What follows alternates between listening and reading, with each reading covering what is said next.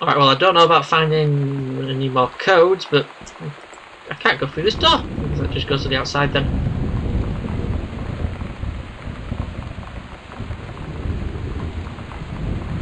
So we found out junk room. Well, so wasn't there a thing that we just... Yeah, here. Foyer. Dining room, kitchen, green... Okay, so we go back. Secret door. Under the stairs.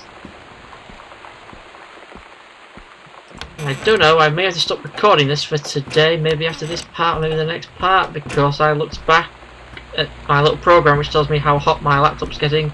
Apparently, through that course of the last episode, it went up to 90 to 92 degrees Celsius, which is way over my max, my preferred max limits. So, open panel. I'm still wondering if we'll find the codes for everything else in the world.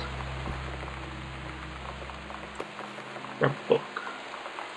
Thank you! Oh, shh! Grab name tag. Oscar! Mason's Pharmacy. Thank you, Oscar. Hello, Oscar.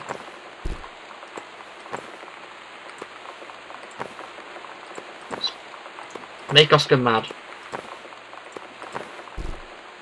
Oh, attic key! Soda can. The sunset light in this house is the saddest thing I've ever seen. I just want to sleep. When I'm in the attic, it almost feels like Lonnie could still be here. She's just downstairs. I'm just waiting to hear her pull down the hatch and come running up. Maybe I'll go up to the attic and wait. Thank you, Thunder and Lightning, just as I look towards the window. Okay, we're off to the attic! Oh my god. Hello? So it's a dark room.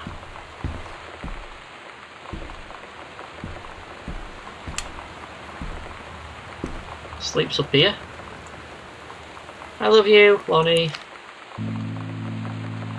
She's talking again? Oh my god. Katie. I fell asleep in the attic, in Lonnie and my old spot, and I missed the first 2 calls. I just barely caught the 3rd one before the machine got it. And it was Lonnie, on a payphone. She'd been on the bus to Basic, and she said she couldn't think of anything but me and us, and that she couldn't go through with it, with the army and being apart and all of it. And so she got off the bus in Salem. Salem? She said, "Sam, I want you to pack up everything you can and get in your car and come find me. And let's just drive until we find somewhere for us." And she asked me if I could do that. And I said yes. Yes. Okay, so they set off driving with each other. I grab bottle, holding hands. Yay! Oh, there we go. Turn lamp on. What's that? Something about photography. Not been much into photography myself.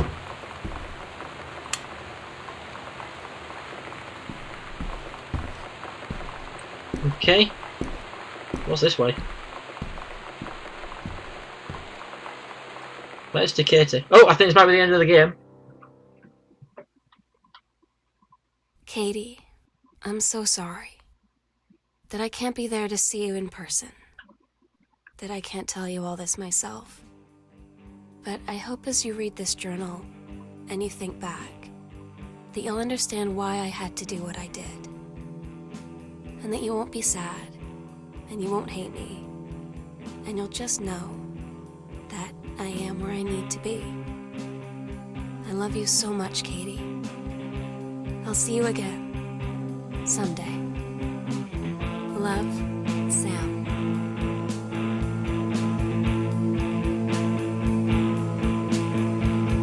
Well, the story kind of went over my head, and I am not sure about that music, but yeah, the story kind of went over my head a bit. She fell in love with somebody, and they were all together and happy and everything, and then that person went off to join the army, and let's just see how hot my laptop's getting. Like, look, right there. Maximum, you should be able to see it. Maximum 70, maximum 90 and 92. That's how hot my laptop got when I was recording all this. And this is how hot it just stays at when I'm not even clicked onto the thing. But yeah, she fell in love with somebody, and that person went off to join the army. But then that person stopped and came back, and then there was somebody called Sam, who was his sister or something. The story kind of went over my head, and the game just felt really quite creepy in tons of places, with the whole lightning going off and all talk of ghosts and dark corridors and all that. And me just screaming like a little girl, even though nothing was obviously going to happen, but it just felt creepy. But it felt the same way with Dear Esther. The story in that, I could barely follow along because the guy was talking in cryptic code, and I was commentating here, and I was trying to follow the story, but trying to piece things together and all the stuff about Oscar, trying to do a seance with him. I didn't read all the stuff because I didn't want to bore you all, because, you know, I should really have read it all, then I would know the story and about everything and everyone that was talking. But I think that was a good game, even though it has problems trying to run it on my laptop. But it was a good game to play. It was fun. Got a bunch of parts out of it. A lot longer than Dear Esther. And if you do pay attention and you read up on all the stuff, you will be able to understand the story better than the one in Dear Esther. I've just got to like go back and, you know, actually read everything and concentrate on the story instead of just going, right, yep, someone got promoted and this happened and this happened. There's someone called Sam, someone called whatever, we're called Katie, we're a girl, and all this and that. Just trying to put it all together. But anyway, I think you should all go check out this game so you can follow on the story better than I did and figure out everything that happened and all that. And man, Triple S, or something like that, man. This game was good. I had my doubts when buying it, with not spending £50 on dental treatment today. I paid before without knowing, which was good. So I technically saved £50. Then I thought, I'll buy a game to celebrate. So celebrate spending money, celebrate saving money by spending money. Whatever. But anyway, I will see you all for whatever series you watch next. So see you all then. Goodbye. Alright, hello, Triple S here. I'm going to tag this on along the end of the last episode of Gone Home, and I've gone to Wikipedia and I've gone to look up the plot because, like Dear Esther, I didn't follow along as well as, you know, if I wasn't recording, I was concentrating on reading absolutely everything. So, here's the plot, and I'm just going to go through it, reading it. I don't know why, but just so if people at the end, if you've watched Gone Home, if you're mad at me at the end for not understanding the plot, then don't worry because I will now. So Caitlin, which is our character, she comes home on a stormy night and she spots a note on the door from her sister Samantha. So Samantha is the sister. Caitlin realises nobody's home, not even her parents. She goes around the house, which is what we did. And we find letters to Caitlin from Samantha over the year that we were abroad. So we were abroad for a year. Sam and her family moved to a large house. Okay, I don't know if it's this house or the next house. They moved out or something. Sam then went to a new school and was eventually working on Psycho House Girls. So it wasn't us, it was Sam. And that's from my mouth. Sam's great uncle once lived there before he died, and everything was left to her father, even the house. During the first few weeks of school, Sam was put a girl in senior, sometimes just an army uniform. Unfortunately, Sam never really had any chance to speak to her. Sam once had a friend named Daniel, who was a neighbour before they moved, and Sam explained she was only French. Yep, we've read about that, Nintendo and all that. She eventually gets to talk to the girl in the army uniform named Lonnie. So it wasn't us who fell in love with Lonnie, we were reading letters from Sam addressed to Lonnie. I probably just completely blanked that about Sam being in love and just thinking, oh, it's us, we wrote these letters or something. I don't know, I probably just associated everything that was happening to me instead of Sam, my sister. Also wanted to see Psycho House, which I'm obliged to invite her over to come the next day. Sam really feels like she's made a friend, she can feel normal around and share activities. Over the months, there was hair dyeing and watching Pulp Fiction. Thank God it wasn't blood, it was hair dye. They eventually begin to form a strong relationship with Lana, claiming that Sam looks beautiful. After they watch Pulp Fiction, they share a few turn around a friend's house. The lights went out. Only for Lonnie to put her arm around Sam and tell her she likes her. Sam's the same way, but can't bring herself to say anything afterwards. Feel is that Lonnie visits Sam in her home, but it's a weird encounter. Lonnie obviously feels uncomfortable, but whatever is going through her mind, kisses Sam. It's there that the relationship begins to bloom as they become girlfriends in secret. Yay, girlfriends! While their family, as Katie looks through her parents' things, she finds old books her dad, Terry, wrote and published, and learns how he had received great reviews but poor sales. The novels were based around the assassination of JFK and how the lead character knows the truth and must stop it. With that, his publishing firm drops his stories, but eventually they too fizzle out of business. So they eventually give up writing altogether, suffering from a brief writer's block. I've had that before. Sam and Lonnie become closer than ever, and they even began organising ghost hunts around the house for fun, which was just completely creepy for me, finding all that fucking Ouija board stuff. Over 2 months later, as Sam was beginning to make preparations for college and a creative writing course, Lonnie reminds Sam that she's shipping out on June 6th. Sam realises she doesn't have long left with her, and Lonnie tells her they need to have as much fun as they could until then. After a while, Sam got in some trouble at school, and a lot of the time, Lonnie defended her over it all.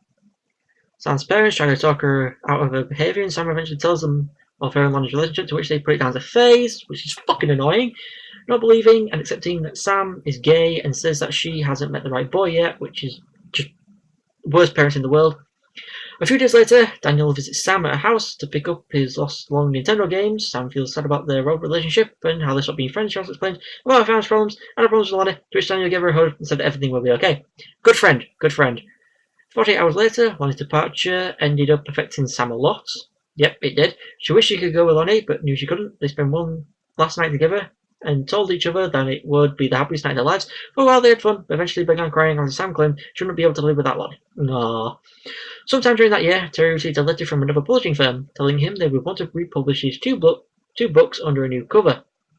Terry gladly accepted the book and even began to write a new manuscript set 20 years after the second book, to which he eventually hoped the new publishing firm, which was only set on republishing old books for now, would release it. It is also explained that the reason the parents were not home is that they were on an anniversary trip. I remember reading something about that somewhere. Due to return home the next day, although a brochure for a couple's counselling getaway taking place during the same period as the anniversary can be found. I think that's the thing we found in was it the bathroom of the parents' bedroom, talking about getting your love life started up again or something like that? Maybe something like that. The next morning arrives and Lonnie is gone. Later on that day, Sam sends a message on the answer machine from the upset Lonnie. Oh, that's what we found. I'm guessing that's what we heard on the answering machine at the first episode. I think it was the first episode, first second. It wasn't us on the answering machine, it was Lonnie. Sound like both the same for some reason. The phone rings a third time, to which Sam only just manages to answer. Lonnie explains that she couldn't do it and got off her bus to basic training and ran away. She asks Sam if she was up for running away with her, where they'll find a place of their own, to which Sam agrees. She packs up her things and drives to Lonnie. In the final words, Sam apologises to Katie that she can't see her in person and hopes that Katie understands why she ran away once she reads the journal. The final words are, I love you so much, Katie. I'll see you again someday. Love, Sam. So, that is the plot. I understand it now. Everything that happened with the dad and publishing his books, to Sam falling in love with Lonnie, and us being away for a year and coming home, and the reason our parents were away was because of our anniversary and all this couples counselling getaway thing going on, which is a bit weird, couples counselling. I just realised, why did I think about couples counselling and then put the honeymoon brochure thing together? That's not right, that's wrong, but it seems a bit weird. And then them two running away together. But there were some things I didn't find out in this playthrough. I didn't unlock my dad's filing cabinet, and there was something else that was locked. The safe that was locked. We never got into the safe. That was in the basement. But yeah, I've said it before already. All in all, great game, and as well, again, I shall see you all forever, whatever you watch next. And good, I know the plot now, so nobody get angry. Good. Okay, see you all next time. Bye bye. See you later.